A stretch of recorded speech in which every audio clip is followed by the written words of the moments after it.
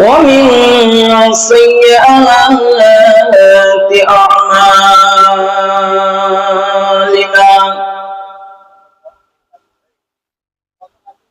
من يهده الله فلا مضل له ومن يضلله فلا هادي له ونشهد أن لا إله إلا الله وحده لا شريك له ونشهد أن سيدنا ونبينا وحبيبنا وطبيبنا وطبيب قلوبنا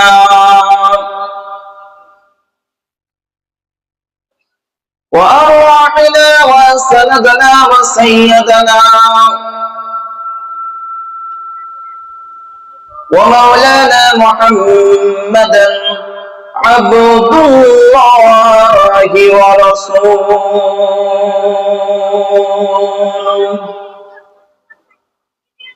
صلى الله عليه وسلم الذي أرسله بالحق بشيرا ونذيرا وداعيا إلى الله بإذنه وسراجا منيرا فقد قال الله تبارك وتعالى في القرآن المجيد والفرقانه الحميد أعوذ بالله من الشيطان الرجيم بسم الله الرحمن الرحيم ما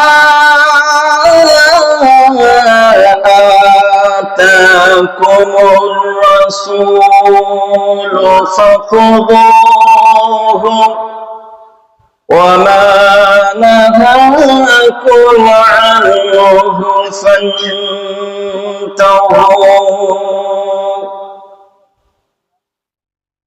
صدق الله المولانا العظيم وصدق رسوله النبي الأمين المكين الكريم ونحن على ذلك لمن الشاهدين والشاكرين والحمد لله رب العالمين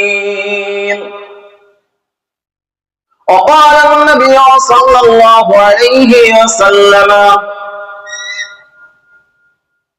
إن الله حرم على الأرض أن تأكل أجساد الأنبياء فنبي الله حي يرزق أو كما قال عليه السلام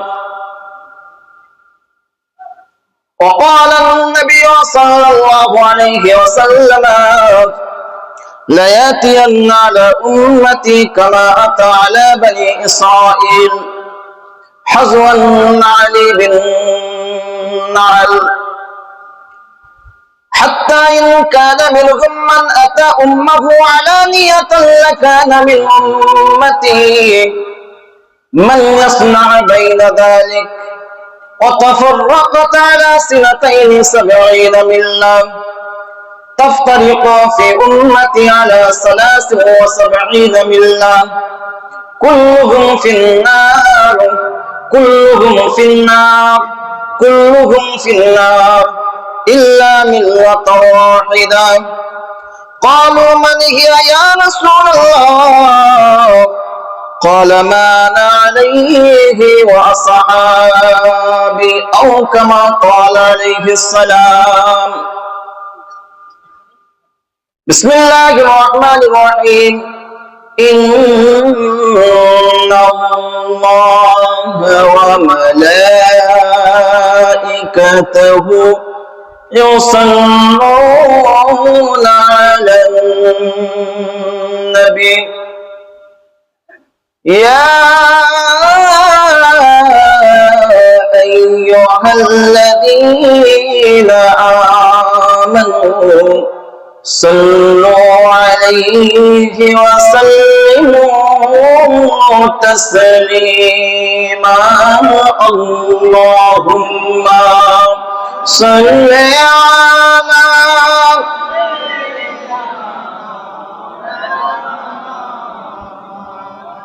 وعلى آل سيدنا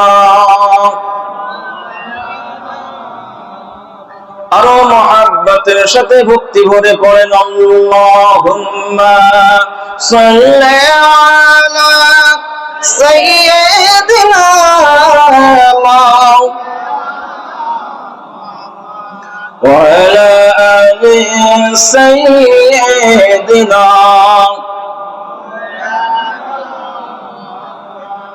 इश्क महबूब खुदा हुब्ब महबूब खुदा इश्क महबूब खुदा जिस दिल में हासिल नहीं लाखों मोमिन हो मगर ईमान में कामिल नहीं अल्लाहुम्मा सल्ले अला सय्यिदिना मौलाना व अला आलि सय्यिदिना बजी से दमामा बधुर अमामा और शीर ऊंचा करो मुसलमान बजी से दमामा मधुर अमामा और शीर ऊंचा करो मुसलमान दावत एसेছে नया जमानार भाঙা किल्लाय ओरे निशान अल्लाहुम्मा सल्ली आला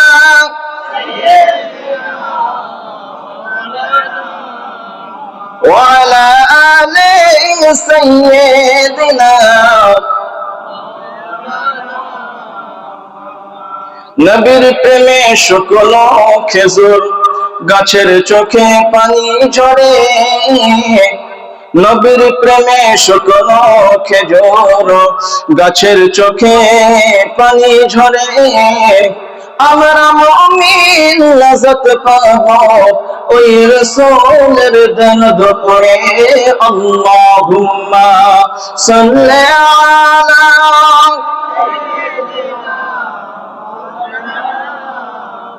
ওয়া আলা আলি সাইয়্যিদিনা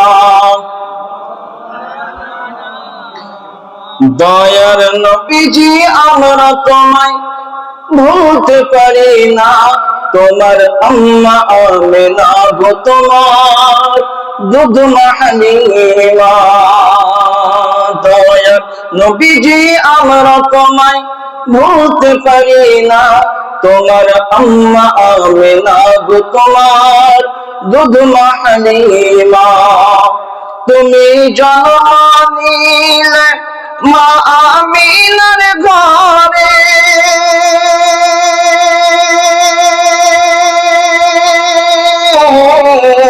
ফেরেশতারা আসে সে ঘরে তুমি জন্ম নিলে মা আমিনার ঘরে ফেরেশতারা আসে সে ঘরে তুমি সিরাত রাসূল মারিফাতের বুলবুল তোমার দোয়া কবুল করতে খোদা দেরি করে না তোমার আম্মা আমিনা গো তোমার দুধ মা হালিমা দয়ার নবীজি আমরা তোমায় ভুলতে পারি না তোমার আম্মা আমিনা গো তোমার দুধ মা হালিমা আল্লাহুম্মা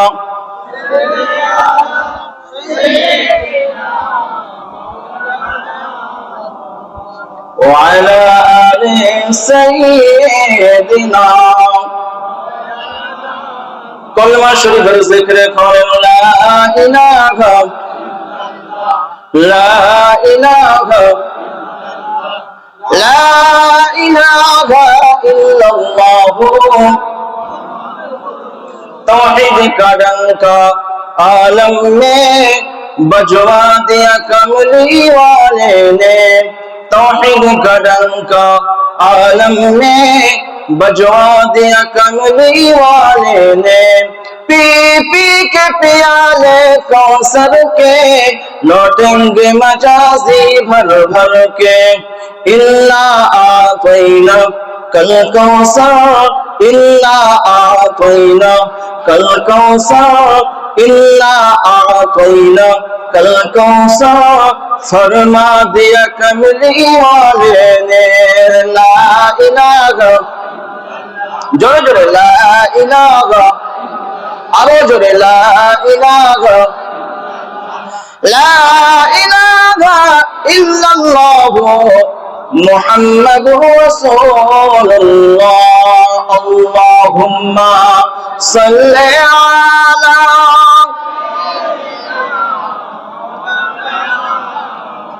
व अला आलि सय्यिदिना। अल्हम्दुलिल्लाह अल्हम्दुलिल्लाह हम्दन कसीरन तय्यबन मुबारकन फीही कमा युहिब्बु रब्बुना व यरदा। महान रब्बुल आलमीনের নিকট আল্লাহ তাবারক ওয়া তাআলার দরবারে আলিশান বাবরকতে আমাদের পক্ষ হতে সর্বপ্রথম লাখ লাখ কোটি কোটি শুকর সাজুদ পেশ করি যে আল্লাহ রাব্বুল আলামিন আমাদেরকে এক রজনী ব্যাপী জান্নাতের বাগান জান্নাতি মজলিসে আসার এবং বসার ইবাদত করার সুযোগ করে দিয়েছেন। সেই আল্লাহ রাব্বুল আলামিনের দরবারে হৃদয়ের আবেগ অনুভূতিকে উজাড় করে একবার সবাই সিংহের মতো গর্জন করে বলি আলহামদুলিল্লাহ। আরো একটু জোরে সরে বলেন আলহামদুলিল্লাহ। সেই সহ অগণিত লাখো লাখো কোটি কোটি দরুদ ও সালাম বর্ষিত হোক, অর্পিত হোক, নাজিল হোক আল্লাহর সৃষ্টির প্রধান আকর্ষণ সমস্ত নবী ও রাসূলগণের মাথার মুকুট, শামসুল হিদায়া বদরুদ্দুজা, নূরুল হুদা, সৈয়দুস সাকলাইন, খাতিমুন নবিয়্যিন আল মুরসালিন, আফতাবে নবুওয়াহ, শাহিনশাহ রিসালা, মা আমিনার লাল, হযরত আব্দুল্লাহর দুলাল, সুদূর মদিনাতুল মুনাওয়ারা, গুম্বাদে খাজরা, হুজুরের আরামগাহ কদমে রিসালাতে আমাদের পক্ষ হতে লাখো লাখো কোটি কোটি দরুদ ও সালামের নজরানা। সবাই বলুন আল্লাহুম্মা আমিন। সম্মানিত হাজিরিন, আজকের জলসার সম্মানিত সভাপতি সাহিব কিবলা মাদ্দাজিল্লাহুল আলিয়া কুদসিয়া বারাকাল্লাহু ফি উমারিক ওয়া হায়াতিক, দিগার উলামা হযরত, মজলিসে উপস্থিত আমার মুরব্বিয়ানে কেরাম,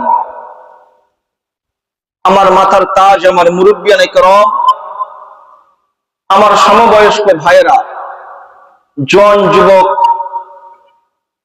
ভাইয়েরা, স্নেহের কচিকাচা,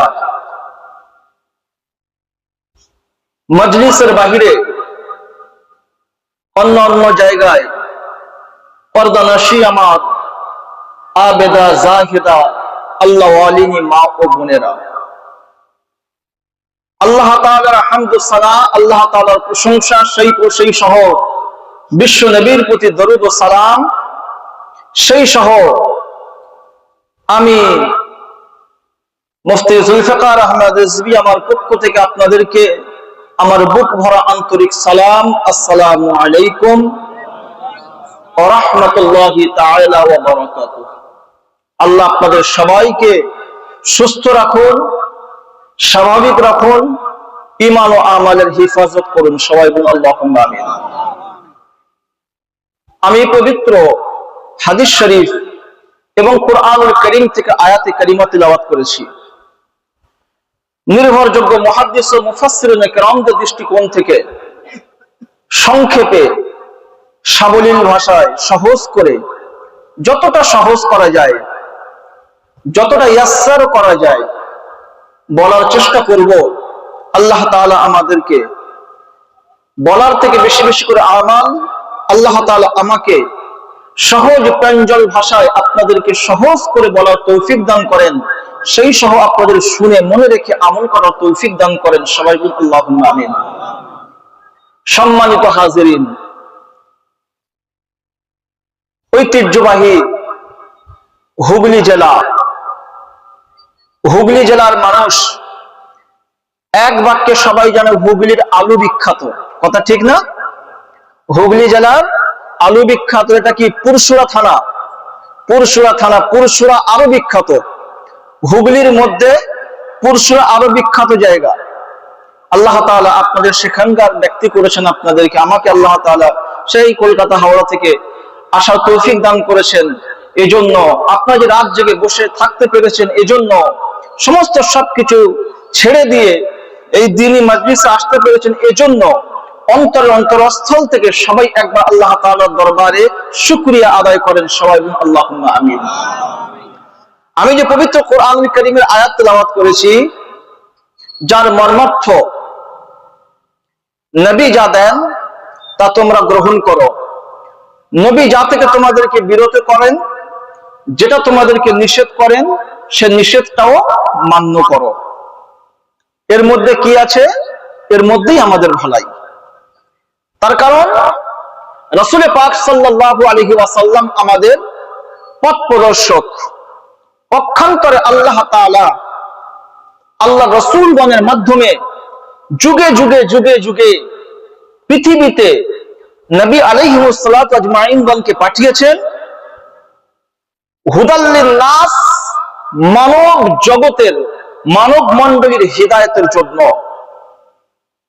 কিন্তু লক্ষাধিক পয়গম্বর নবী আলাইহিস সালাম তো পৃথিবীতে এসেছেন, সর্বশেষ নবী আমাদের নবী, আখিরি নবী। আল্লাহ তাআলা বলেছেন, মা কানা মুহাম্মাদুন আবা আহাদিন মির রিজালিকুম ওয়ালাকিন রাসূলুল্লাহি ওয়া খাতামান নবিয়্যিন ওয়া কানা আল্লাহু বিকুল্লি শাইইন আলিমা। আখিরি নবী, শেষ নবী তোমাদের কাছে পাঠিয়েছি, আর কোন নবী কোন রাসূল পৃথিবীর জগতে আমি আল্লাহ তাআলা পাঠাবো না। হাদিস শরীফের মধ্যে নবী আমার বলছেন, আনা খাতামুন নবী লা নবিয়্যা বা'দা, আমি শেষ নবী, আমার পরে আর কোন নবী, কোন রাসূল, কোন পয়গম্বর পৃথিবীর জমিনে আসবে না। তবে হ্যাঁ, মিথ্যা নবুয়তের দাবিদার অনেকে আসবে, কিন্তু তারা হবে কাজ্জাব, তারা মিথ্যুক। কখনো নবীকে আল্লাহ তাআলা আর পৃথিবীর জমিনে পাঠাবেন না। আমরা সবাই জানি ঈসা আলাইহিস সালাম কিন্তু আবার পৃথিবীতে আসবেন। ঈসা আলাইহিস সালাম শেষ জামানায় পৃথিবীতে আসবেন, কিন্তু তিনি নবী হয়ে আসবেন না, তিনি আমার নবীর উম্মত হয়ে পৃথিবীতে আসবেন। আমার নবীর উম্মত হয়ে পৃথিবীতে আসবেন। হ্যাঁ, তবে কি তার নবুয়তি নিয়ে নেওয়া হবে? না, নবীর দরজা তার থাকবে। তিনি যে জামানার নবী, সেই জামানার নবী তিনি থাকবেন। নবুয়তের দরজা, নবুয়তের লাকাব, আলকাব তালা থেকে নিয়ে নেওয়া হবে না। তিনি নবী হিসাবেই পৃথিবীতে আসবেন, কিন্তু আখিরি নবীর উম্মত হিসাবে তিনি পৃথিবীতে থাকবেন। নবী তিনি থাকবেন, কিন্তু আখিরি জামানার নবী তিনি হবেন না। আখিরি জামানার নবীর উম্মত হিসাবে পৃথিবীতে আসবেন। এই সহজ একটা জিনিসটাকে অনেকে পেঁচিয়ে ঘুরিয়ে তারা বলেন যে আখিরি জামানায় আবার নবী আসবেন না, আখিরি জামানায় আর নবী আসবেন না। শেষ জামানায় এই ভারতবর্ষের পাঞ্জাবের গুরুদাসপুরের কুখ্যাত এক গজব পৃথিবীতে জন্মগ্রহণ করলো, যার নাম হল গোলাম আহমদ কাদিয়ানি, মির্জা গোলাম আহমদ কাদিয়ানি। এই কাদিয়ানের নিজেকে নবী দাবি করলো। প্রথমে বললো আমি ঈসা রুহুল্লাহ, তাতে সমস্যা হলো, তেমন সুবিধা করতে পারলো না। তারপরে বললো আমি হলাম এখন ইমাম মাহদি, তাতেও সুবিধা করতে পারলো না। তারপরে বললো আমি শেষ নবী, তাতেও সুবিধা করতে পারলো না। তবে কিছু উম্মত তিনি বানিয়েছেন, তার সর্বশেষ পরিণতি যেটা হয়েছে সেটা বিশ্ব দেখেছে, বাথরুমের মধ্যে পড়ে মারা গিয়েছে। নবী কখনো বাথরুমের মধ্যে পড়ে মারা যায়? নবীগণ পৃথিবীর শ্রেষ্ঠ সন্তান, তাদেরকে আল্লাহ রাব্বুল আলামিন অনেক পবিত্র করে পৃথিবীর জমিনে পাঠান, আবার সম্মানের সাথে পৃথিবী থেকে বিদায় করেন। অতএব আল্লাহ তাআলা এমন তার পরিণতি করেছে, সেই ব্যক্তি পায়খানার চেম্বারের মধ্যে পড়ে মারা গিয়েছে, ফুলে গিয়েছে। তার উম্মত যারা স্বীকার করেছিল, তারা দেখলো গিয়ে যে আমাদের নবী খুঁজতে খুঁজতে খুঁজতে খুঁজতে গিয়ে দেখলো বাথরুমের চেম্বার ভেঙে বাথরুমের মধ্যে পড়ে আছে। সম্মানিত হাজিরিন, এই পৃথিবীতে আল্লাহ রাব্বুল আলামিন 1,24,000 মতান্তরে 2,24,000 কম বেশ পয়গম্বর আলাইহিস সালামকে পৃথিবীর জমিনে পাঠিয়েছেন। তার মধ্যে আল্লাহ রাব্বুল আলামিন আদম আলাইহিস সালামকে সর্বপ্রথম নবী তিনি পৃথিবীতে পাঠিয়েছেন। আদম আলাইহিস সালামকে কি নবী করে পৃথিবীতে পাঠিয়েছিলেন? না, তিনি তোমাকে সর্বপ্রথম নবুয়ত দিয়ে তোমাকে পৃথিবীর বুকে পাঠানো হয় নাই। তাহলে নবী কবে হয়েছে? আল্লাহ রাব্বুল আলামিন আল্লাহ তাআলা কোরআনুল কারীমের মধ্যে বলছেন, ওয়ালা তাকরাবা হাযিহিশ শাজারাতা ফাতাকুনা মিনাজ জালিমিন। ও আদম, খাও, পান করো, সবকিছু জান্নাতি সকল নাজ ও নিয়ামত তোমরা উপভোগ করো। খবরদার খবরদার ওই গাছের নিকটবর্তী হও না। ওয়ালা তাকরাবা হাযিহিশ শাজারা ফাতাকুনা মিনাজ জালিমিন। যদি তোমরা ওই গাছের নিকটবর্তী হও, তাহলে তোমাদেরকে জালিমের খাতায় ফেলে দেওয়া হবে। আমি আল্লাহ তাআলা তোমাদেরকে জুলুমকারী আখ্যায়িত করব।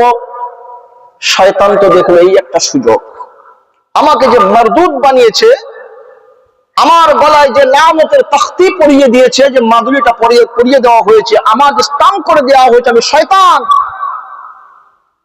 এই সুযোগ আদম জাতিকে আমি পথভ্রষ্ট করব। তার কারণ এই আদমকে সাজদা করার জন্যই তো আল্লাহ তাআলা আমাকে এই শাস্তি দিয়েছেন। কথা ঠিক না? কথা বুঝতে পারছেন? শাস্তি কিসের জন্য দেওয়া হয়েছিল?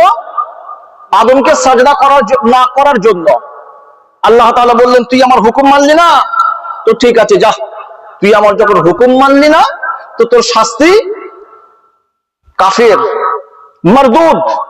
আল্লাহ তাআলা তাকে চিহ্নিত করে দিলেন, স্টাম্প করে দিলেন, মারদুদ, বিতাড়িত মারদুদ।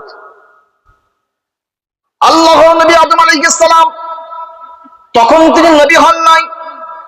আল্লাহ রাব্বুল আলামিন আদম আলাইহিস সালাম ও হাওয়া আলাইহিস সালামকে জান্নাতের মধ্যে রেখেছেন, আর জান্নাতের মধ্যে আছেন, খাচ্ছেন, পান করছেন, ঘুরছেন, বেড়াচ্ছেন। কিন্তু আল্লাহ তাআলা বললেন, ওয়ালা তাকরাবা হাযিহিশ শাজারা, খবরদার খবরদার ওই গাছের নিকটবর্তী হও না। আর যদি গাছের কাছে চলে যাও, ফাতাকুনা মিনাজ জালিমিন, তাহলে তোমাদেরকে জালিম আখ্যায়িত করা হবে। এখন শয়তান এসে হযরত মা হাওয়া আলাইহিস সালামকে কানে কানে বলছে, আরে আল্লাহ তাআলা কেন বলেছে ওই গাছের ফল তোমাদেরকে, গাছের কাছে যেতে নিষেধ করেছে তোমরা জানো? গাছের ফল খেতে কেন নিষেধ করেছে তোমরা কি জানো? বলছে কেন? মেয়েরা কিন্তু সহজেই বুঝে যায়। মানে কি, মেয়েদেরকে ভুল বোঝানো খুব সহজ।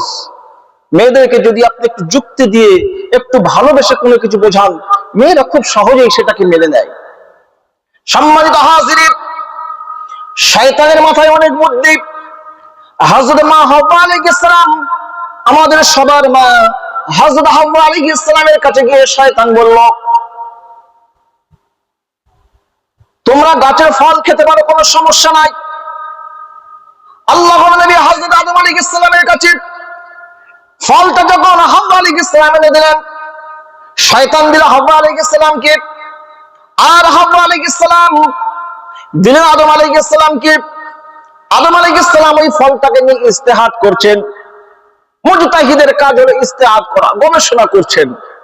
তিনি কি গবেষণা করছেন? আল্লাহ কি বলেছেন, হুকুম কি ছিল? ওয়ালা তাকরাবা হাযিহিস শাজারা, গাছের নিকটবর্তী হয়ো না। আল্লাহ তো ফল খেতে নিষেধ করে নাই, ইজতিহাদ করছেন। কি রকম ইজতিহাদ? আল্লাহ বলেছেন গাছের নিকটবর্তী যেতে হতে মানা করেছেন, কিন্তু আল্লাহ তো গাছের ফল খেতে মানা করেন নাই। তাহলে ফল খাওয়া যাবে, সমস্যা নাই। তিনি ফল খেলেন, হাওয়া আলাইহিস সালাম ফল খেলেন। আল্লাহ তাআলা নামিয়ে দিলেন পৃথিবীতে, জান্নাতি পোশাক খুলে গেল, জান্নাতি পোশাক খুলে গেল। আল্লাহ জমিনে নামিয়ে দিলেন, আদম আলাইহিস সালামকে নামিয়ে দিলেন বর্তমান শ্রীলঙ্কার শরণদ্বীপ। মা হাওয়া আলাইহিস সালামকে নামিয়ে দিলেন আরবের জিদ্দাতে, সেখানে মা হাওয়া আলাইহিস সালামকে নামিয়ে দিলেন। আদম আলাইহিস সালামকে নামিয়ে দিলেন শ্রীলঙ্কাতে, বর্তমান শ্রীলঙ্কাতে। আদম পাহাড় রয়েছে সেখানে, আদম আলাইহিস সালামের পদচিহ্ন এখনো পর্যন্ত শ্রীলঙ্কার ওই পাহাড়ের উপরে আছে। এটা আপনারা অনেকেই হয়তো ইন্টারনেট মিডিয়ার মাধ্যমে আপনারা অনেকে এটা জানেন। সম্মানিত হাজিরিন, নামিয়ে দিলেন, সমস্ত পোশাক খুলে দেওয়া হলো, জান্নাতি পোশাক খুলে দেওয়া হলো, নামিয়ে দেওয়া হলো। আল্লাহর কাছে দোয়া করছেন, যেটা আল্লাহ রাব্বুল আলামিন পবিত্র কোরআনুল কারীমের মাধ্যমে পৃথিবীবাসীর কাছে তুলে দিচ্ছেন। আল্লাহ রাব্বুল আলামিন বলছেন, রব্বানা যালামনা আনফুসানা ওয়া ইল্লাম তাগফির লানা ওয়া তারহামনা লানাকুনান্না মিনাল খাসিরিন। এটি আদম আলাইহিস সালাম দোয়া করছেন, রব্বানা যালামনা, হে আমাদের রব, আমরা জুলম করেছি, আনফুসানা, আমাদের নফসের উপরে, নফসের প্রতি আমরা জুলুম করেছি। ওয়া ইল্লাম তাগফির লানা, তুমি যদি আমাদেরকে আমাদের ইস্তেগফার তওবা না কবুল করো না, আমাদেরকে ক্ষমা করো। ওয়া তারহামনা লানা, যদি আমাদের প্রতি তুমি রহম না হও, কুনান্না মিনাল খাসিরিন, আমরা ধ্বংস হয়ে যাব, নাস্তানাবুদ হয়ে যাব, আমরা খেসারত প্রাপ্ত হয়ে যাব। আল্লাহ রাব্বুল আলামিনের দরবারে আদম কাঁদছেন, হাওয়া আলাইহিস সালাম তিনিও কাঁদছেন। 1-2 বছর, 3 বছর, 4 বছর নয়, দীর্ঘ 350 বছর এমন করে কাঁদতে থাকলেন। কত বছর কাঁদছেন? 350 বছর। আমরা একবার দোয়া করি, কবুল হয়নি, 2 বার দোয়া করি, কবুল হয় নাই, 3 বার দোয়া করে মনে মনে করি, এতবার করে দোয়া করছি, আল্লাহ কি আমার দিকে তাকায় না? আল্লাহ কি আমার দোয়া কবুল করবে না? 3 বার দোয়া করলে, 4 বার দোয়া করলে আমরা আল্লাহর প্রতি নারাজ হয়ে যাই। কিন্তু প্রথমে দেখতে হবে, আল্লাহ কি আমাকে ভালোবাসেন? আল্লাহ বলেছেন, যে বান্দাকে আমি ভালোবাসি সে বান্দার হাত তোলার প্রয়োজন হয় না, মনে মনে যেটা চাই সেটা আমি আল্লাহ তাকে দান করি। তো আল্লাহ যদি আপনাকে ভালোবাসেন, আপনাকে যদি মুহাব্বত করেন, তাহলে তো আপনার কি অসুবিধা সুবিধা সেটা আল্লাহ জানেন না? কি বলেন? আপনার যেটা অসুবিধা, আপনি কি কোন অবস্থায় আছেন, আল্লাহ জানেন কি জানেন না? জানেন। একটু সবাই বলুন তো, আপনারা কি অবস্থায় আছেন আল্লাহ জানেন না?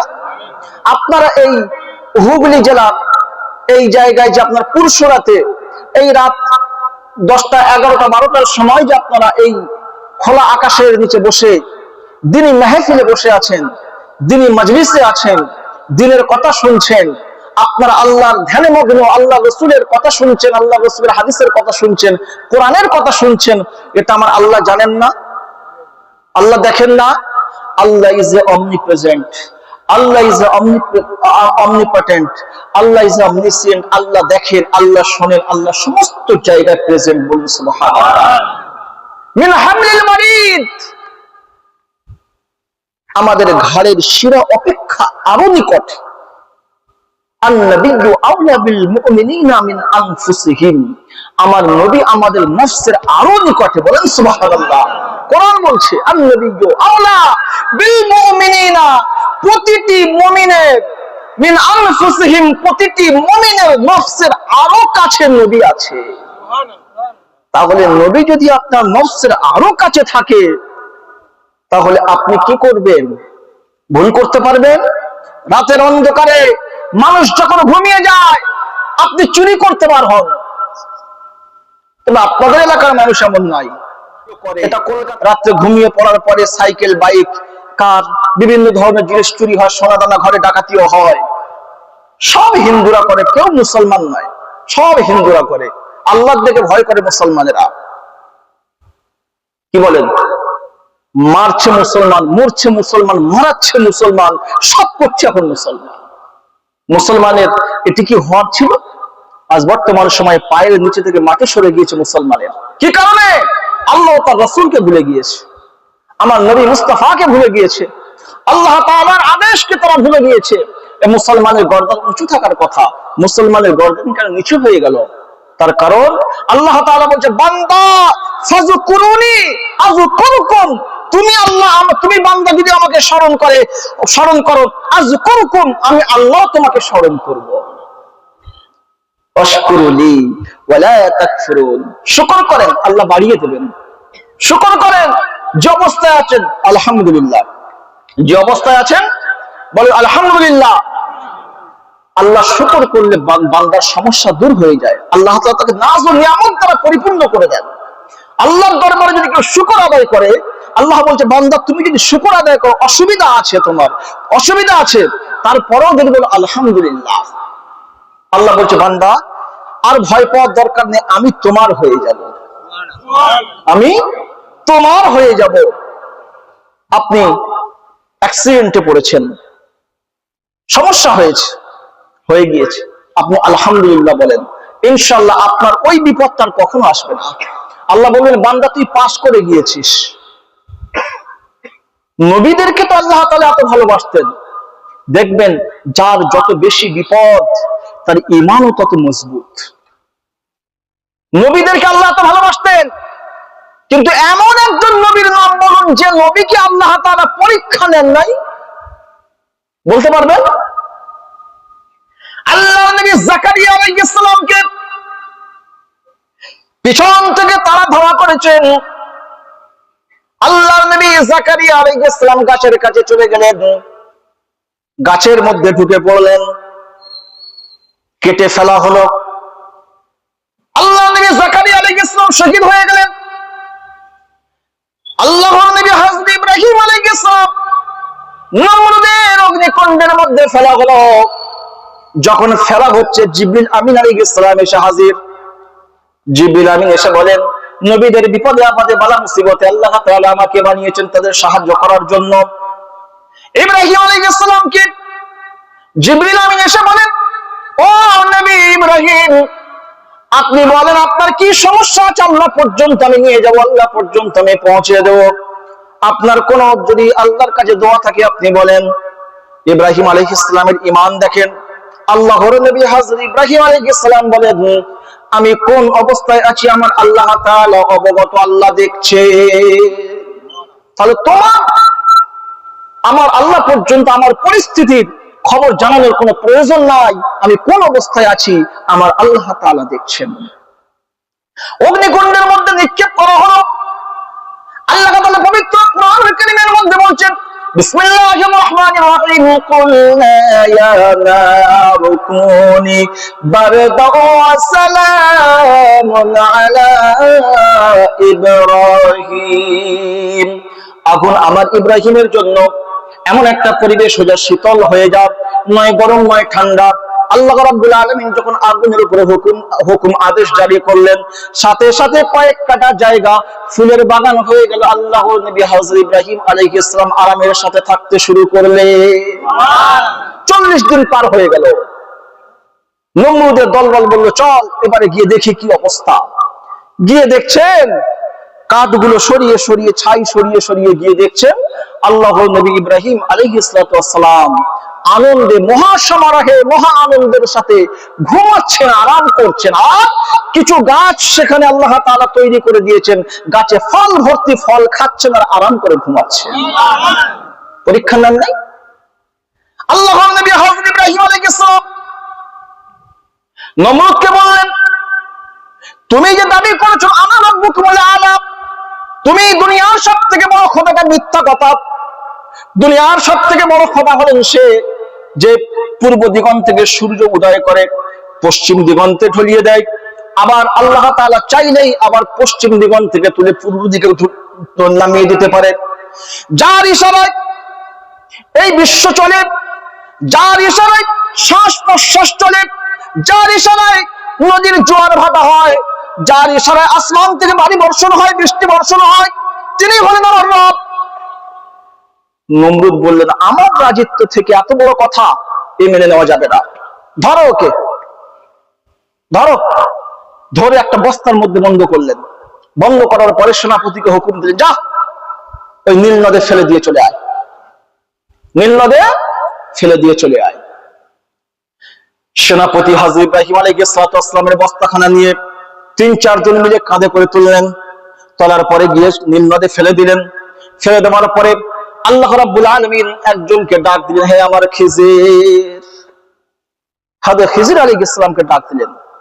আল্লাহ তাআলা পানির দায়িত্ব দিয়েছেন যাকে, পৃথিবীতে যত পানি আছে, যত মহাসমুদ্র, সমুদ্র মহাসমুদ্র, আটলান্টিক মহাসাগর, আরব সাগর থেকে শুরু করে পৃথিবীতে যত পানি আছে, যত সমুদ্র আছে, সমস্ত পানির দায়িত্ব একজনের কাঁধে দিয়ে রেখেছেন, একজনের হাতে আছে, তার নাম হলো হযরত খিজির আলাইহিস সালাম। আল্লাহ রাব্বুল আলামিন বাড়ি বৃষ্টি বর্ষণ হবে কোথায়? আপনাদের হুগলিতে বর্ষণ হবে, পুরসুরায় বর্ষণ হবে, কিংবা আপনার চাপাডাঙ্গায় বর্ষণ হবে, কিংবা আপনাদের আরামবাগে বর্ষণ হবে, নাকি বর্ধমানে বর্ষণ হবে, নাকি আপনার মেদিনীপুরে, নাকি হুগলিতে কিংবা হাওড়াতে, কোথায় বাড়ি বর্ষণ হবে, কোথায় পানি বৃষ্টি বর্ষণ করতে হবে, এই সমস্ত দায়িত্ব আল্লাহ রাব্বুল আলামিন যার কাঁধে দিয়ে দিয়েছেন, তার নাম হলো হযরত ইসরাফিল আলাইহিস সালাম। হযরত ইসরাফিল আলাইহিস সালামকে আল্লাহ তাআলা ডাক দিয়ে বলবেন, ওখানে পানি বর্ষণ করতে হবে।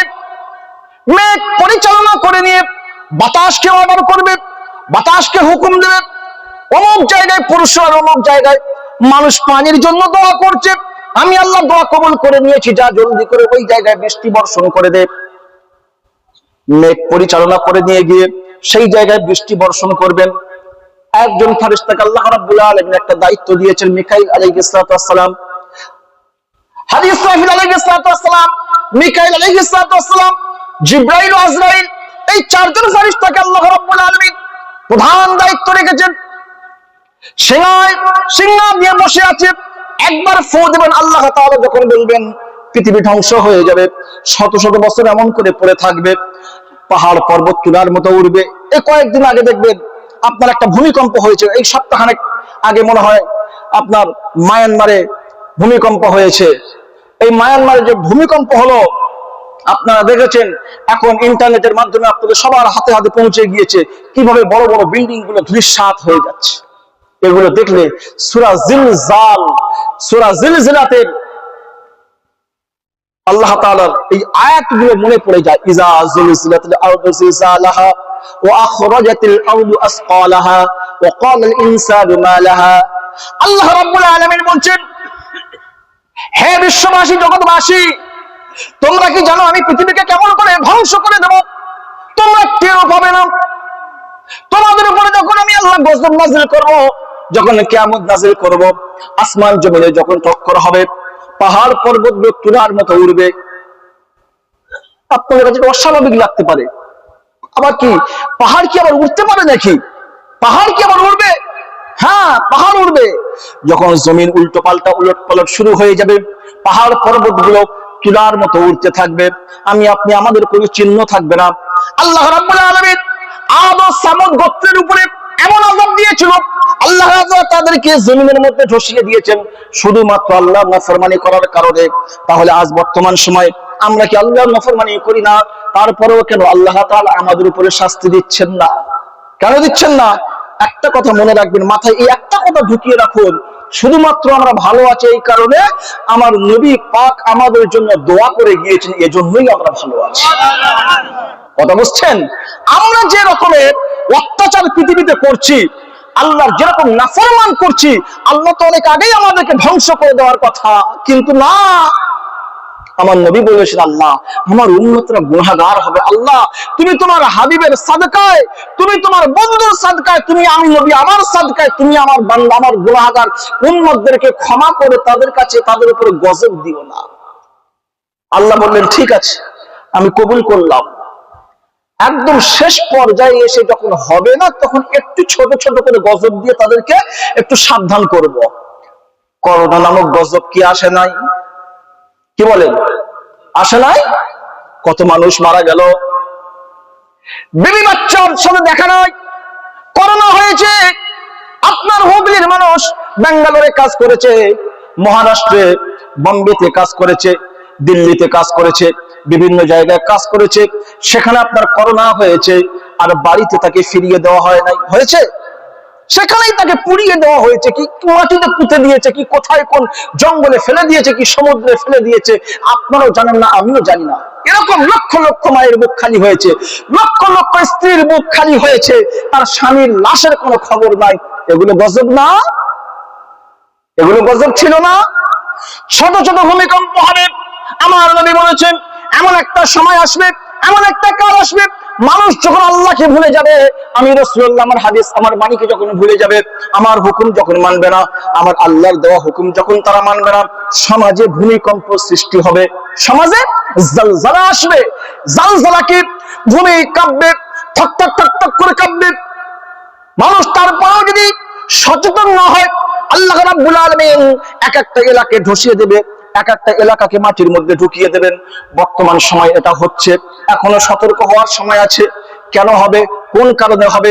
আল্লাহর নবীকে সাহাবায়ে কেরাম জিজ্ঞাসা করেছিল, আল্লাহ রাসূলকে সাহাবায়ে কেরাম জিজ্ঞাসা করলো, ইয়া রাসূলুল্লাহ, ইয়া হাবিবাল্লাহ, ভূমি ধস হবে, জালজালা হবে, ভূমিকম্প হবে, তার প্রধান কারণ কি? আপনি একটা উপমা উদাহরণ আমাদেরকে দেন। আল্লাহর নবী বললেন, তার প্রধান কারণ হবে সমাজে জিনা ব্যভিচারী বেড়ে যাবে। সমাজে জিনা ব্যভিচারী বেড়ে যাবে, রাস্তায় রাস্তায় জিনা হবে, রাস্তায় রাস্তায় মানুষ ব্যভিচারী করবে। যদি যে সময়টা এই রকম ঘটনা ঘটবে, সেই সময়ে ভূমিকম্প জালজালা বেড়ে যাবে। সাহাবায়ে কেরাম বললেন, ইয়া রাসূলুল্লাহ, এমন কি সময় আসবে, এমন কি কোন সময় আসবে রাস্তায় রাস্তায় মানুষ জিনা করবে, তাদের কি লজ্জা শরম থাকবে না? আল্লাহর নবী বললেন, তারা লজ্জা তো দূরের কথা, জিনা করাটাকে তারা ফ্যাশন মনে করবে। চলছে না ফ্যাশন? না, হ্যাঁ? কিসের জিনা? শুধু কি স্বামী স্ত্রীর মিলন, মানে কি এক মানে বেপুরুষের সাথে বেনারীর সাথে মিলনটাই কি শুধু জিনা? জিনা 6 প্রকারের। মোল্লা আলী কারি রাহিমাহুল বারি তিনি বলছেন জিনা 7 প্রকারের। কিরকম জিনা? কোন নারীকে আপনি দেখলেন, দেখাটা যদি আপনার গণ্ডির বাহিরে হয়ে যায়, সেটা আপনার চোখের জিনা হবে। আপনি সুফি সাহেব, হাজী সাহেব, গাজী সাহেব, মাওলানা সাহেব, মুফতি সাহেব, যেই সাহেব হন না কেন, আল্লাহর নবীর এই হাদিসকে যদি ক্রস করে যান, তাহলে আপনার চোখের জিনা হবে। আমাদের মধ্যে কিছু মানুষ থাকতে পারে, আল্লাহর নবী তো বলেছে এক নজর মাফ, দ্বিতীয় নজর পাপ। কি বললাম? এক নজর মাফ আর দ্বিতীয় নজর। এখন এক নজর এমন নজর দেব, মানে পা থেকে মাথা পর্যন্ত মানে স্ক্যান করে নেব, মানে কি দেখবো তো আর চোখ সরাবো না, এক নজর মাফ। এখন সে সুযোগ আপনার নাই। হযরত আলী রাদিয়াল্লাহু তাআলা বলছেন, এক নজর মাফ, দ্বিতীয় নজর পাপ। যদি এক নজরটা লম্বা হয়ে যায়, দ্বিতীয় নজর গণ্য হবে। কি বললাম? প্রথম নজরটা যদি লম্বা হয়ে যায়, বেশি হয়ে যায়, দ্বিতীয় নজর ধরা হবে। তাহলে সে সুযোগ জিনা হবে, চোখের জিনা। গান শুনছেন, একটা নারীর গলার আওয়াজ খুব সুন্দর, খুব সুন্দর করে গান গাইছে, আর সেই গানটা আপনি শুনছেন, তাকে ফিল করছেন, তাকে ফিল করছেন, আর আপনার এই কান যে শুনছেন, কানের জিনা। এই জন্য আমরা মুফতিরা বলি, পৃথিবীতে নারীদের আওয়াজকে নিম্ন করতে হবে, নারীদের আওয়াজকে ছোট করতে হবে। গজল প্রতিযোগিতার নামে আর গজল শিল্পীর নামে বর্তমান সময়ে কিছু মহিলাদেরকে দাঁড় করিয়ে দিয়ে গজল শোনানো, এটা তো আমরা বলি যে পতিতা পল্লীর, তারাও এদের থেকেও ভালো থাকতে ভালো হবে। কেন কেন ভালো হবে? এই কথাটা অনেক বড় কথা, অনেকে মনে করবেন। তার কারণ হাদিসে পাক সাল্লাল্লাহু আলাইহি ওয়াসাল্লাম, আল্লাহর নবী বলেছেন, এমন একটা সময় হবে ইসলামকে বিকৃত করবে নারী পুরুষ, তাদের থেকেও নোংরা মেয়েরাও ভালো হবে। এ সময় আসে নাই? গজল শিল্পী এই তারান্নুম, সেই তারান্নুম, অমুক শিল্পী তমুক শিল্পী নামে আপনি ফিল করছেন কানের জিনা হচ্ছে। এখন আপনাকে গজল শোনাতে গিয়ে তার প্রেমে পড়ে গেলেন। কত ঘটনা আছে এমন, এমন কত ঘটনা আছে। শিল্পী পালিয়ে গিয়েছে বোম্বে, শিল্পী পালিয়ে গিয়েছে মহারাষ্ট্রে, ব্যাঙ্গালোরে পালিয়ে গিয়েছে। হ্যাঁ, এগুলো কি হয়? এগুলো থেকে আল্লাহ তাআলা আমাদেরকে হেফাজত করুন। সবাই বলুন আল্লাহুম্মা আমিন। কানের জানা হয়, পাশের পাড়ে একটা যাত্রা হচ্ছে, কীর্তন হচ্ছে, কিংবা কোন থিয়েটার কোন রকমের বাজে কাজ হচ্ছে, আপনি যদি পা দিয়ে চলেন পায়ের জানা হবে। এমন একটা সময় আসবে কি আমাদের ময়দানে আপনার আমলনামাতে এত পরিমাণের গুনাহ থাকবে, আল্লাহ বলবেন, আপনি বলবেন, আল্লাহ এই সমস্ত গুনাহ তো আমি করি নাই, এই গুনাহগুলো কোত্থেকে আসলো? এই গুনাহগুলো কখনো আমি করি নাই। আপনি জানবেন নাই আপনার কাছে এতগুলো গুনাহ আপনি করেন নাই, সত্যিই তো আপনি করেন নাই। আল্লাহ বলবেন হ্যাঁ করেছো, আপনি বলবেন আল্লাহ আমি তো এই গুনাহ করি নাই, এই গুনাহগুলো কোত্থেকে আসলো? আল্লাহ বলবেন হ্যাঁ করেছো। আল্লাহ তাআলার দরবারে আল্লাহ বলবেন ঠিক আছে, আমি প্রমাণ তোমাকে দেব, আমি আল্লাহ তাআলা জালিম নয়, আমি কারোর উপরে জুলুম করি না, আমি তোমাকে প্রমাণ দিচ্ছি। আল্লাহ আপনার হাতকে জিজ্ঞাসা করবেন, তার পাকে জিজ্ঞাসা করবে, তার চোখকে জিজ্ঞাসা করবে। তার উদ্দেশ্য ছিল এক, কিন্তু সেখানে প্রেজেন্ট থাকার কারণে তার হাত পায়ের জেনা হয়ে গিয়েছে, হাত পায়ের চোখের জেনা হয়ে গিয়েছে। এই জন্য আমাদেরকে এমন কিছু দেখা যাবে না, এমন কোন জায়গা থেকে আমাদেরকে বিরত থাকতে হবে যেখানে পাপ হওয়ার সম্ভাবনা আছে, যেখানে পাপ হওয়ার সম্ভাবনা আছে, এরকম জায়গা থেকে আমাদেরকে হেফাজত হতে হবে। আসুন সম্মানিত হাজরিন, কি কথা বলছিলাম? সমস্ত নবীদের উপর আল্লাহ রাব্বুল আলামিন পরীক্ষা করেছেন। ইব্রাহিম আলাইহিস সালাম তার বস্তাখানা ধরে নিয়ে নীল নদে গিয়ে সেনাপতি তার সাঙ্গপাঙ্গদেরকে নিয়ে ওই নীল নদের পানিতে গিয়ে ডুবিয়ে দিয়েছে। আল্লাহ রাব্বুল আলামিন ডাক দিলেন, হে আমার ইব্রাহিম, তোমার চিন্তা করার দরকার নাই, আমি আল্লাহ রাব্বুল আলামিন তোমার জন্য যথেষ্ট। আল্লাহ রাব্বুল আলামিন খিজির আলাইহিস সালামকে ডাকলেন, হে আমার খিজির, আমি তোমাকে নবীদের বিপদে আপদে বালা মুসিবতে শুধু নয়, আমি এই সময় তোমাকে পানির দায়িত্ব দিয়ে রেখেছি। এই সময় তোমার মধ্যে এসেছে আমার খিজির, আমার ইব্রাহিম, আমার একজন নবী তোমার মধ্যে এসেছে, তাকে তুমি ব্যবস্থা করো। আল্লাহর নবী হযরত ইব্রাহিম আলাইহিস সালামকে খিজির আলাইহিস সালাম আসলেন, আর আসার পরে নীল নদের মাঝখান থেকে তার বস্তার মুখটা খুলে তার হাতটা ধরলেন, ধরে নিয়ে চলে গেলেন। হযরত ইব্রাহিম আলাইহিস সালাম বলছেন, যখন আমি পানির মধ্যে গেলাম, যাওয়ার পরে দেখলাম বিরাট এক রাজপ্রাসাদ, ঝাঁ চকচকে একটা বাড়ি, বিরাট এক রাজপ্রাসাদ। এই রাজপ্রাসাদের মধ্যে আমাকে ঢোকানো হলো। যাওয়ার পরে গিয়ে দেখি খানজাতে বিভিন্ন রকমের ফল সাজানো আছে, কোনটা খাবো কোনটা ছাড়বো, কোনটা খাবো কোনটা ছাড়বো, খেতে খেতে খেতে খেতে অনেকটা টাইম পার হয়ে গেল। যেটা খাই সেটা খেতে মনে ইচ্ছে করে, এত সুন্দর সুস্বাদু ফল আমি এর আগে কখনো খাই নাই। খেতে খেতে খেতে খেতে অনেকটা টাইম পার হয়ে গেল। হযরত ইব্রাহিম আলাইহিস সালাম বলছেন, খিজির আলাইহিস সালাম আসলেন, আর আসার পরে আমাকে ডাক দিয়ে বললেন, বন্ধু, আল্লাহর দরবার থেকে আমার হুকুম এসেছে, আর আপনার ফল খাওয়া যাবে না, আপনাকে বাড়ি যেতে হবে। বলে, বন্ধু, এই তো মাত্র আমাকে নিয়ে আসলে, একটু আপ্যায়ন করতে শুরু করলে, খাওয়া তো এখনো পর্যন্ত শেষ হলো না, খেতে ভালো লাগছে, একটু আমাকে সময় দাও। না বন্ধু, আর খাওয়ার কোনো সময় নাই, তোমাকে যেতে হবে।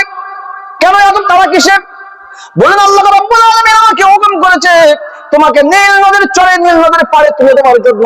তার কারণ কিছুক্ষণের মধ্যে তারা, যারা তোমাকে ফেলে দিয়েছিল, তারা নারা দিতে দিতে যাচ্ছে, তারা স্লোগান দিতে দিতে যাচ্ছে, ইব্রাহিমের খোদা মুর্দাবাদ, ইব্রাহিম মুর্দাবাদ, ইব্রাহিম ধ্বংস হোক, ইব্রাহিম নিপাত যাক, ইব্রাহিম শেষ হয়ে গিয়েছে, ইব্রাহিমের খোদা শেষ হয়ে গিয়েছে। এইরকম নারা আল্লাহ রাব্বুল আলামিনের সহ্য হয় না। অতএব তাদের বাড়িতে পৌঁছানোর আগে আগে আল্লাহ রাব্বুল আলামিন হুকুম দিয়েছে তোমাকে বাড়িতে পৌঁছাতে হবে। বলেন না সুবহানাল্লাহ। ওরা বাড়িতে যাবে তার আগে তোমাকে বাড়িতে পৌঁছাতে হবে। ওরা ওই রাস্তা ঘুরে, ওই দিক থেকে ঘুরে ঘুরে, ওই সেই খুশিগঞ্জের ওই দিক থেকে ঘুরে ঘুরে যাবে, আপনার এদিকে একটা কি জায়গা আছে, সোদপুর, আপনারা এই দিক থেকে ঘুরে ঘুরে ঘুরে ঘুরে ওরা সোদপুরে যাবে, আর তুমি মাঝখান থেকে শর্টকাটে মাঠের মাঝখান থেকে সোদপুরে চলে যাও। মানে ওদের আসতে বেশি সময় লাগবে, তোমার যেতে কম সময়, তো ওদের আগে আগে তোমাকে যেতে হবে। আল্লাহ হযরত ইব্রাহিম আলাইহিস সালাম পাহাড়ের উপর উঠে পড়লেন, আল্লাহ রাব্বুল আলামিনের হুকুমে তিনি বাড়িতে চলে গেলেন। হযরত ইব্রাহিম আলাইহিস সালাম বাড়িতে গিয়ে দেওয়ালে হেলান দিয়ে, খুঁটিতে হেলান দিয়ে স্বস্তির নিঃশ্বাস ফেলছেন। সুন্দর করে তিনি বসে আছেন। তার বাড়ির সম্মুখ দিয়ে ওই আপনার নমরুদের লোক লস্কর তারা ইব্রাহিমের খোদা নিপাত যাক, ইব্রাহিম নিপাত যাক, ইব্রাহিম শেষ হয়ে গিয়েছে, ইব্রাহিমের খোদা শেষ হয়ে গিয়েছে, এই রকম ধরনের স্লোগান দিতে দিতে যখন যায়, তখন হযরতে ইব্রাহিম আলাইহিস সালাম বাড়িতে বসে বসে শুনছেন। আর ইব্রাহিম আলাইহিস সালাম একটা চাচা ছিল যার নাম হলো আজার। আজার কে? আজার কে? আজার আব্বা ছিলেন না, আজার চাচা ছিলেন। ইব্রাহিম আলাইহিস সালামের বাবার নাম কি তাহলে? ইব্রাহিম আলাইহিস সালামের বাবার নাম হলো তারিক। কি নাম? তারিক। আর হযরত ইব্রাহিম আলাইহিস সালামের চাচা আজার। আজার ছিল মূর্তি উপাসক, মূর্তি বানাতো। আল্লাহ তাআলা কোন নবীকে বেঈমানের ঘরে পাঠান নাই, কোন নবীকে আল্লাহ বেঈমানের ঘরে পাঠান নাই। প্রতিটি নবীর পিতামাতা জান্নাতি এবং ঈমানদার। বলেন সুবহানাল্লাহ, বলেন সুবহানাল্লাহ। এখন আপনারা অনেকেই বলতে পারেন, হুজুর আপনি যে বললেন প্রতিটি নবীর পিতামাতা ঈমানদার, আমাদের আখির নবীর পিতামাতা তো তাহলে বেঈমান হয়ে কবরে গিয়েছে, বলেন না অনেকে? আমাদের শেষ নবী, আমি আপনাদের কাছে জানতে চাই, শেষ নবীর পিতামাতা কি বেঈমান না ঈমানদার? আলহামদুলিল্লাহ, আপনাদের আকীদা খুব ভালো, আপনাদের আকীদা খুব ভালো। আমি আজকে ভাবছিলাম যে এর উপর একটা বয়ান আপনাদের কাছে করব, যাই হোক প্রেক্ষাপট এসে গিয়েছে, তাহলে আপনাদেরকে একটু জানিয়ে রাখি। আল্লাহ তাআলা পৃথিবীতে কোন নবীকে বেঈমানের ঘরে জন্মগ্রহণ করেন নাই। প্রতিটি নবীদের পিতামাতা ঈমানদার। আবুল বাপ আখুর ভাই, ইবনুল লারকা বিনতুল লারকি, আমাদের গ্রামারিক্যাল যে হিসাব আছে। এখন আজার যে ছিলেন এ হলো ইব্রাহিম আলাইহিস সালামের চাচা, আর ইব্রাহিম আলাইহিস সালামের বাবার নাম তারিক। ইব্রাহিম আলাইহিস সালামের সূরাত হালবিয়ার মধ্যে এসেছে, মুতামা মালিকের মধ্যে এসেছে, অসংখ্য হাদিসের কিতাব, এর মধ্যে কোনো সন্দেহ নাই। কিন্তু আমাদের এলাকার কিছু নামধারী বক্তা তারা কেন বলে আমি জানি না। আমি কোনো বিখ্যাত কোনো গ্রন্থ, বড় কোনো গ্রন্থ নয়, ছোটখাটো গ্রন্থ ছাড়া বড় গ্রন্থ যত জায়গায়, সমস্ত জায়গায় ইব্রাহিম আলাইহিস সালামের বাবার নাম হলো তারিক, আর ইব্রাহিম আলাইহিস সালামের চাচা ছিল আজার। চাচা আজার। তো আজার এখন রাস্তার ধারে দাঁড়িয়ে আছে, বলছে এই তোদের কি হয়েছে, তোরা এভাবে স্লোগান দিতে দিতে কেন যাস? আমার ভাইপো কি করেছে? ইব্রাহিম তোদের কি করেছে? বলছে ইব্রাহিম কি করেছে? তোমার ইব্রাহিমকে শেষ করে দিয়েছে। কি করেছো? তাকে আমরা ওই ব্যবস্থা করে দিয়ে এসছি, নীল নদের বস্তা বন্দি করে তাকে ফেলে দিয়ে এসছি, আর তার আর তোমরা অস্তিত্ব খুঁজে পাবে না। তোদের কে বলেছে রে? তোদের কি মাথা খারাপ হয়েছে? ইব্রাহিমকে ফেলে দিয়ে এসছিস, নেশা করে আছিস, আমার ইব্রাহিম ঘরে বসে আছে দেখ। বলে মানে? তোমার মাথা খারাপ হয়েছে। আমরা এই মাত্র ইব্রাহিমকে ফেলে এখনো পর্যন্ত বাড়ি যেতে পারিনি, আমাদের আগে সে বাড়ি চলে এসছে, এটা কিভাবে সম্ভব? বলে চল গিয়ে দেখ। এরা বাড়ির মধ্যে প্রবেশ করলো, করার পরে দেখছেন হযরত ইব্রাহিম আলাইহিস সালাতু ওয়াস সালাম খুঁটির গায়ে হেলান দিয়ে স্বস্তির সাথে বসে আছে। আর সেই সেনাপতিকে ডাক দিয়ে বলেন, ওরে সেনাপতি, আমি তোর কাছে একটা রিকোয়েস্ট করব, প্রতিদিন এইভাবে বস্তার মধ্যে বন্দি করে আমাকে নীল নদে ফেলে দিস, আর আমি বন্ধুর বাড়িতে গিয়ে খানা পিনা করে আমি আবার বাড়িতে ফিরবো। বলে ব্যাপার কি? বুঝলাম না, কি ব্যাপারটা কি? এভাবে কে নাস্তা পানি, কোথাকার নাস্তা পানি? বলে আরে তুই যে আমার এত বড় বন্ধু আমার, আমি বুঝতে পারতাম না, তোর প্রতিদিন আমাকে ফেলে দিস। আল্লাহ বাঁচিয়ে নিয়েছে। বলেন সুবহানাল্লাহ। পরীক্ষা দিতে হয় না, সব নবীদের পরীক্ষা। এখন আল্লাহ নবীর পিতামাতা জান্নাতি, না জাহান্নামী, ইমানদার না বেঈমান, আমি আসবো, একটু পরেই আসবো। এখন ইব্রাহিম আলাইহিস সালাম পরীক্ষায় পাশ করেছে না করেন নাই? তিনি তো নবী, আল্লাহ তো নবী করে পৃথিবীতে পাঠিয়েছে। ইবাদতের মাধ্যমে তো নবী হয় না, আল্লাহ তো মনোনীত করে পৃথিবীতে পাঠান। ইবাদত বন্দেগী করে ওলি হওয়া যায়, নবী হওয়া যায় না। কথা বুঝছেন? ইবাদত বন্দেগী করে ওলি হওয়া যায়, নবী হওয়া যায় না। নবী মুকাররার করে, আল্লাহ নির্বাচন করে, আল্লাহ তাকে নবী করেই মায়ের গর্ভে পাঠান, নবী করেই মায়ের গর্ভে পাঠান। কোন নবী পৃথিবীতে এসে নবী হন না, নবী পৃথিবীতে আসার আগেই আল্লাহ করে পাঠান।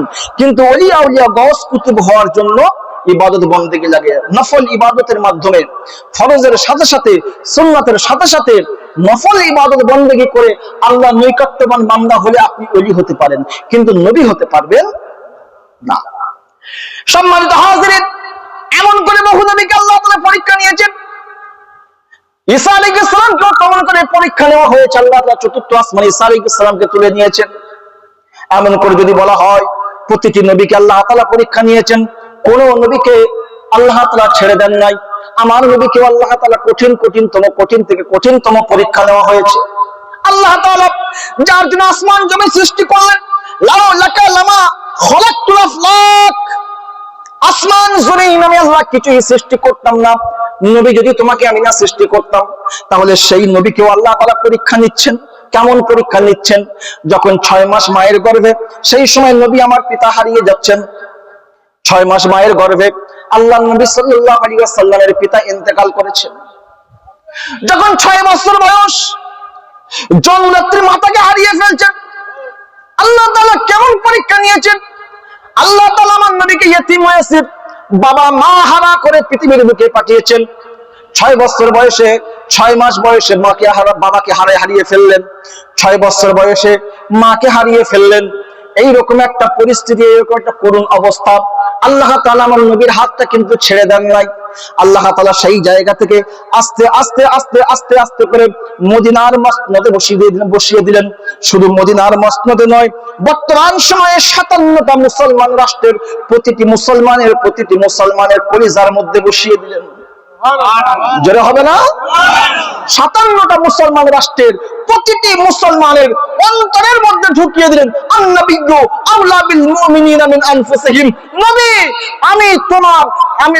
হে আমার বান্দারা, আমি আমার নবীকে প্রতিটি মুমিনের নফসের ভিতরে ঢুকিয়ে দিয়েছি। এটা আমার কথা নয়, এটা কোরআন। আমি কি কোরআন কি ব্যঙ্গ করবো নাকি? এটা আমার ক্ষমতা নাই, এতদূর স্পর্ধা আমার নাই। আল্লাহ তাআলা বলছেন মিন হাবলিল ওয়ারিদ, আমি তোমার ঘাড়ের শিরা অপেক্ষা কাছে, আর আমার নবী তোমার নফসের আরো নিকটে, নফসের আরো কাছে আমি নবীকে তোমাদের জন্য করে দিয়েছি।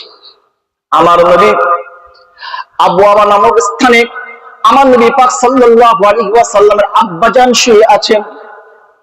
মক্কা এবং মদিনার বর্ডার, মদিনার কাছাকাছি যে বর্ডার, সেই বর্ডারে আমার নবীর আব্বা এবং আম্মা শুয়ে আছেন। 6 বছর বয়সে, 4 বছর বয়সে। মাঝখানে যখন আল্লাহর নবী আমার বাড়িতে ফিরলেন, মা হালিমা রাদিয়াল্লাহু তাআলা আনহার ঘর থেকে আল্লাহর নবী যখন বাড়িতে ফিরলেন, মায়ের গলা জড়িয়ে বলছে, মা আমার আব্বাজান কোথায়? মা আমেনা কিছু বলতে পারে না, আঁচলে মুখটা লুকিয়ে কাঁদে আর চোখের পানি ফেলে, কিছুই বলতে পারেন না। মা আমেনা রাদিয়াল্লাহু তাআলা বলেন, বাবা মুহাম্মদ, তোমার বাবা অমুক জায়গায় গিয়েছে। ছোট শিশু বুঝে যায়। তার কিছুদিন পরে আবার জিজ্ঞাসা করে, মা, সমস্ত শিশুদের বাবা তাদেরকে আদর করতে যায়, বিকাল যখন হয়ে যায় তাদের বাবারা আসে, মুখে চুমা দিয়ে আমার কাছ থেকে, আমার সম্মুখ থেকে নিয়ে তাদের বাড়িতে যায়। আমার কি বাবা নাই? আমার কি বাবা আসবে না? আমাকে কি মুখে চোখে চুমা দেবে না? আমাকে একটু স্নেহের আদর করবে না? আমাকে বুকে জড়িয়ে ধরবে না? আমাকে ভালোবাসবে না? আমার সম্মানিত হাজিরিন, আমার নবী মুস্তাফা আমার মা আমিনা রাদিয়াল্লাহু তাআলা আনহাকে জড়িয়ে ধরে ধরে ধরে ধরে এমন করে কাঁদেন আর বলেন, আল্লাহর নবীকে নিয়ে মা আমিনা বললেন, চলো তোমার বাবা কোথায় আছে তোমাকে দেখিয়ে নিয়ে আসি। আল্লাহু আকবার। তখন আমার নবী কি আল্লাহ রাসূল সাল্লাল্লাহু আলাইহি ওয়াসাল্লামকে মা আমিনা বললেন না যে তোমার বাবা কোথায় আছে, কি আছে, তোমার বাবা বেঁচে আছে না মারা গিয়েছে, ইন্তেকাল করেছে, এই খবরটুকু তিনি জানালেন না। ফুফি আম্মিকে নিয়ে মা আমিনা রাদিয়াল্লাহু তাআলা চলতে লাগলেন। গরম, তখন প্রচুর গরম, গ্রীষ্মের সময়, চলছেন। চলতে চলতে চলতে চলতে সকাল থেকে চলতে চলতে বিকাল হয়ে যায়। সূর্য যখন পশ্চিম দিগন্তে ঢলে যায়, মা আমিনা রাদিয়াল্লাহু তাআলা একটা জায়গায় গিয়ে থমকে দাঁড়িয়ে যায়। শিশু মুহাম্মদ সাল্লাল্লাহু আলাইহি ওয়াসাল্লাম আমার নবী পাককে ডাক দিয়ে বললেন, বাবা ও আমার কলিজার টুকরা মুহাম্মদ। সবাই বলেন সাল্লাল্লাহু আলাইহি ওয়াসাল্লাম। ওই দেখো, ওই যে উঁচু বালু যে জায়গাটা আছে, ওই যে বালুর পাশে উঁচু স্থানটা আছে, ওই জায়গাটায় তোমার বাবা আছে। আল্লাহর নবী ওই সময়, হাদিস শরীফের মধ্যে এসেছে, আল্লাহর নবী ওই সময় আসমানের দিকে তাকিয়ে, আসমানের দিকে মাথাটা উঁচু করে চিৎকার করে বাবা বলে কাঁদলেন, আল্লাহ বলে কাঁদলেন, আর বললেন, ও আমার রব, তুমি আমার বাবাকে কি, তুমি আমার বাবাকে আমার মায়ের পেটে থাকা অবস্থায় তুমি নিয়ে নিলে, কিভাবে তুমি পারলে? তোমার হাবিবকে কি তুমি ভালোবাসো না? জিবরিল আলাইহিস সালাম ওই সময় চলে আসলেন, এসে বললেন, হাবিব, দুঃখ পাওয়ার দরকার নাই, কান্না করার দরকার নাই। আপনাকে আল্লাহ তাআলা যতটুকু নিয়েছেন তার থেকে বেশি আপনাকে দান করেছেন। আপনাকে যতটুকু নেওয়া হয়েছে তার থেকে লক্ষ লক্ষ কোটি কোটি গুণ বেশি আল্লাহ তাআলা আপনাকে দান করেছে, আপনি দুঃখ করবেন না। মা আমিনা বলেন, ওই সময় আমার সন্তান শিশু মুহাম্মদ দৌড়ে চলে গেল। যাওয়ার পরে আব্বার কবরের উপরে শুয়ে পড়েছে। আপনার ভাইয়ের লাশটা যখন বিদেশ থেকে বাড়িতে চলে আসে, আপনার সন্তানের লাশটা যখন বিদেশে কাজ করতে যায়, যখন বাড়িতে চলে আসে, দেখবেন চতুর্দিক থেকে বাড়ির মহিলারা, বাবা মা ভাই বোন, তারা গিয়ে লাশের উপরে গিয়ে পড়ে যায়, কফিনের উপরে গিয়ে পড়ে যায়, আর্তনাদ করে। মা আমিনা রাদিয়াল্লাহু তাআলা বলছেন, ওই রকম ভাবে আমার সন্তান গিয়ে আব্বার কবরের উপরে গিয়ে আর্তনাদ করে, চিৎকার করে গিয়ে জড়িয়ে ধরেছে। একবার জড়িয়ে ধরে পায়ের দিকে, আরেকবার জড়িয়ে ধরে মাথার দিকে, একবার বুকের উপরে গিয়ে শোয়, আর শুয়ে বলে, আজ আমার অন্তরে তৃপ্তি কেন হয় না? আমার আব্বাকে কেন চুমা দিতে পারছি না? কেন আমার আব্বা কলিজা পর্যন্ত আমি হাত দিতে পারছি না? আল্লাহ নবী এমন করে কাঁদছেন। আল্লাহ তাআলা ডাক দিলে বললেন, আমার হাবিব, তুমি যদি এমন করে কাঁদো, আমি আল্লাহ আমার রহমতের সাগরে দরিয়াতে ঢেউ খেলে যাবে, আমি আল্লাহ সহ্য করতে পারি না। হে আমার রাসূল, আমার হাবিব, তোমাকে আমি পিতাহারা ঠিক করেছি, কিন্তু সমস্ত জাহানের জন্য তোমাকে আমি মনিব বানিয়ে দিয়েছি। আমি তোমাকে মানিব মাওলা বানিয়েছি। সৃষ্টিকর্তা আলম আমি আল্লাহ, আর দাতা হলেন তুমি রাসূলুল্লাহ। এই জন্য তোমাকে একটা লকব আমি দিলাম, তার নাম হলো কাসিম। ইয়া কাসিম মানে বাঁটনেওয়ালা। আমি হলাম রহমানুর রহিম, দেনেওয়ালা, আর তুমি হলে বাঁটনেওয়ালা। আমি আল্লাহ সবকিছু তৈরি করি, আমি দিই, আর তুমি সেগুলোকে নিয়ে বন্টন করবো না। সুবহানাল্লাহ। মা আমিনা বলেন, আমার শিশু সন্তান যখন এমন করে কাঁদছেন, সূর্য ঢলে গিয়েছে পশ্চিম দিগন্তে, সূর্য ঢলে গিয়েছে, সূর্য লাল হয়ে গিয়েছে। আস্তে আস্তে আস্তে আস্তে ফুফু আম্মি বলছেন, তিনি বর্ণনা করছেন, আস্তে আস্তে দেখলাম আমার ভাবি তিনি শুয়ে পড়ছেন। আস্তে আস্তে গরমের রোগ, তখনকার সময় গরমের রোগ হতো, এখন আর সে সমস্ত রোগগুলো হয় না। আমরা ছোটবেলায় শুনতাম গরমের রোগে মানুষ মারা যায়। আপনারা যারা মুরব্বী বয়োজ্যেষ্ঠ ব্যক্তি যারা আছেন, তারা জানেন গরমের রোগে মানুষ মারা যেত। আস্তে আস্তে আস্তে আস্তে তারা মানে বিকালে হলে সন্ধ্যায় মারা যেত, এইরকম অবস্থায় আস্তে আস্তে তিনি ওই গরমের রোগে আক্রান্ত হলেন, আর সেখানে আস্তে আস্তে করে তিনি শুয়ে পড়লেন। আল্লাহ তাআলা তাকে সেখানেই মওত দান করে দিলেন। ইন্না লিল্লাহি ওয়া ইন্না ইলাইহি রাজিউন।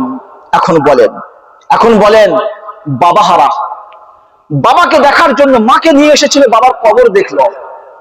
এখন সেখানে বাবা চলে গিয়েছেন, সেই বেদনা, সেই কষ্ট সহ্য করবেন না? 6 বছর বয়স, মাত্র 6 বছর বয়স, সেইখানে মাকে হারিয়ে দিচ্ছেন। এখন কোন যাতনা, কোন বেদনাটা তিনি সহ্য করবেন? কোন ব্যথা সহ্য করবেন? বাবা হারানোর ব্যথা নাকি মা হারানোর ব্যথা? সদ্য বিয়োগ মা, সেই মা যে চলে গেলেন, তাহলে এই ব্যথাটা কেমন করে সহ্য করবেন? আল্লাহ রাসূল আমার ওই সময় দৌড়ে আসলেন, এসে মায়ের গলাটা ধরে বলছেন, মা তোমার কি হলো? মা তখন স্টপ, শ্বাস প্রশ্বাস বন্ধ হয়েছে। উম্মে আইমান বলেন, ওই সময় আমার কানটাকে নিয়ে মা আমিনার বুকের উপরে রাখলাম, আর মা আমিনার বুকের উপরে যখন আমার কানটুকু রাখলাম, রাখার পরে দেখলাম বুকের মধ্যে কোনো আওয়াজ হয় না। আমি চেষ্টা করলাম, বুঝলাম, পালস দেখার চেষ্টা করলাম। যতটুকু তিনি বুঝতে পেরেছেন, তিনি দেখলেন যে আর পৃথিবীতে মা বেঁচে নাই। চোখটা খুলে দেখছেন তিনি শেষ। বুকের মধ্যে কান লাগাচ্ছেন, গলাতে কান লাগাচ্ছেন, তিনি ইন্তেকাল করে গিয়েছে। ফুফু আম্মা চিৎকার করে কাঁদতে শুরু করলেন। আমার নবী মুস্তাফাও চিৎকার করে কাঁদতে শুরু করলেন। এ কি হয়ে গেল? বাবার কবর দেখতে আসলাম, বাবাকে দেখতে এসে বাবার কবর দেখলাম। এমন তো প্রস্তুতি আমার মধ্যে ছিল না বাবার কবর দেখবো, কিন্তু বাবার কবর দেখলাম। পিছনে তো মা দাঁড়িয়ে ছিল, মাকেও দেখলাম। বাবার কবর দেখে ফিরে এসে মাকেও তো পেলাম না, মা চলে গেলেন। ওই সময় আল্লাহর নবী আমার মা আমিনা রাদিয়াল্লাহু তাআলা মায়ের বুকের উপরে পড়ে গেলেন। মাকে জড়িয়ে ধরে মুখে চুমা করে, কপালে চুমা করে, মা তুমি এমন করে আমাকে কেন ছেড়ে যাও? তুমি এমন করে কেন আমাকে ছেড়ে চলে যাও? ও মা তুমি ফিরে এসো, তুমি ছাড়া পৃথিবীতে আমার কেউ নাই, পৃথিবীতে আমার শূন্য। ও মা তুমি যদি আজ আমাকে ছেড়ে চলে যাও, তাহলে এই পৃথিবীতে আমি শিশু মুহাম্মদ 6 বছর বয়স কার কাছে লালিত পালিত হব? কোন শত্রুর হাতে আমি যাব? কিভাবে আমি এমন করে বাঁচবো? তুমি কেন চলে গেলে মা? এমন করে আমার নবী আমার কাঁদছেন। আল্লাহর নবী সাল্লাল্লাহু আলাইহি ওয়াসাল্লামের কান্নাতে হযরত শেখ সাদী রাহমাতুল্লাহ আলাইহি গুলিস্তান মধ্যে বলছেন, আল্লাহর নবীর কান্নাতে আসমান জমিন কান্না শুরু করে দিয়েছিল। আসমান জমিনের সমস্ত মাখলুক কান্না শুরু করে দিয়েছিল। এমন করে আল্লাহর নবী আমার কাঁদছেন। কাঁদতে কাঁদতে কাঁদতে কাঁদতে মা আমিনা রাদিয়াল্লাহু তাআলা ইন্তেকাল হয়ে গেল। ফুফু আম্মা উম্মে আয়মা তিনি বললেন, বাবা মুহাম্মদ, তোমার মাকে তো এখান থেকে নিয়ে মক্কা পর্যন্ত যাওয়া সম্ভব নয়। সূর্য ঢলে গিয়েছে, সন্ধ্যা ঘনিয়ে আসছে। আর আমি একটা মহিলা মানুষ, আমি একজন মেয়ে মানুষ, আর তুমি একটা শিশু। এই লাশটাকে এখান থেকে নিয়ে মক্কা পর্যন্ত যাওয়া আমাদের পক্ষে সম্ভব নয়। বাবা মুহাম্মদ, এই জায়গায় তোমার বাবার কবর, এই জায়গায় তোমার মায়ের কবরটাও হয়ে যাক। বাবা মা এক জায়গায় থাকবে। যখন তুমি তোমার বাবার সাথে দেখতে আসবে, মায়ের সাথেও দেখা হয়ে যাবে। মায়ের সাথে দেখতে আসলে বাবার সাথে দেখা হয়ে যাবে। অতএব ও শিশু মুহাম্মদ, তুমি কান্না করো না। তোমার বাবা এবং মাকে দুইজনকে পাশাপাশি এখানে শুইয়ে দিন। আমার ছোট নবী, আখিরি নবী, নবীদের নবী, ইমামুল আম্বিয়া, শিশু নবী আমার নূরের হাত দিয়ে বালুগুলো খুঁড়তে আছেন। বালু খুঁড়ে সেই জায়গায় গর্ত করছেন। ফুফু আম্মা তিনিও গর্ত করছেন। করতে করতে বালু সরিয়ে কবরের মতো বানানো হলো। হওয়ার পরে সেখানে তাকে শুইয়ে দেওয়া হলো। ফুফু আম্মা যখন মুখে মাটি দিতে যায়, ফুফু আম্মার পা দুটো জড়িয়ে ধরেছে আমার রাসূল। বললেন, ফুফু আম্মা, তুমি এমন করে আমার মায়ের মুখটা চিরদিনের জন্য আমার কাছ থেকে ছিনিয়ে নিও না। আমি কিছুক্ষণের জন্য একটু সময় দাও, আমার মায়ের মুখটা একটু দেখতে চাই। মায়ের মুখের মাটিটা একটু পরে দাও।